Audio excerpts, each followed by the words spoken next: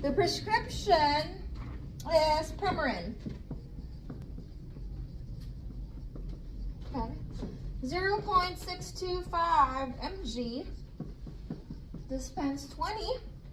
And the SIG is 2 QD on days 6 to 15 of each month. How do we calculate the day supply of this? Pay attention, freshmen. Okay, this is how. Well, first thing you can do is to count. Day 6, day 7, day 8, day 9, day 10, day 11, day 12, day 13, day 14, day 15. How many days is that total? 10 days. So I will put here 10 days. Because the patient only needs to take it for 10 days in a month. Are you following?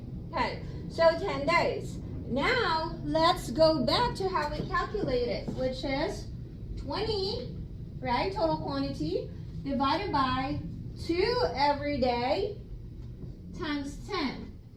Did you see that? Okay, so 20 divided by 20 would be 1. 1 what? Is it 1 day? No, because the unit here is month. Okay, which means 1 month. And what did I say? A month in pharmacy will always be equivalent to? 30 days. So your final answer must be 30 days. Can you follow? I do have a shortcut I'd like to share with you though. If your fingers and toes are not enough to count the number of days, okay, this is what you do.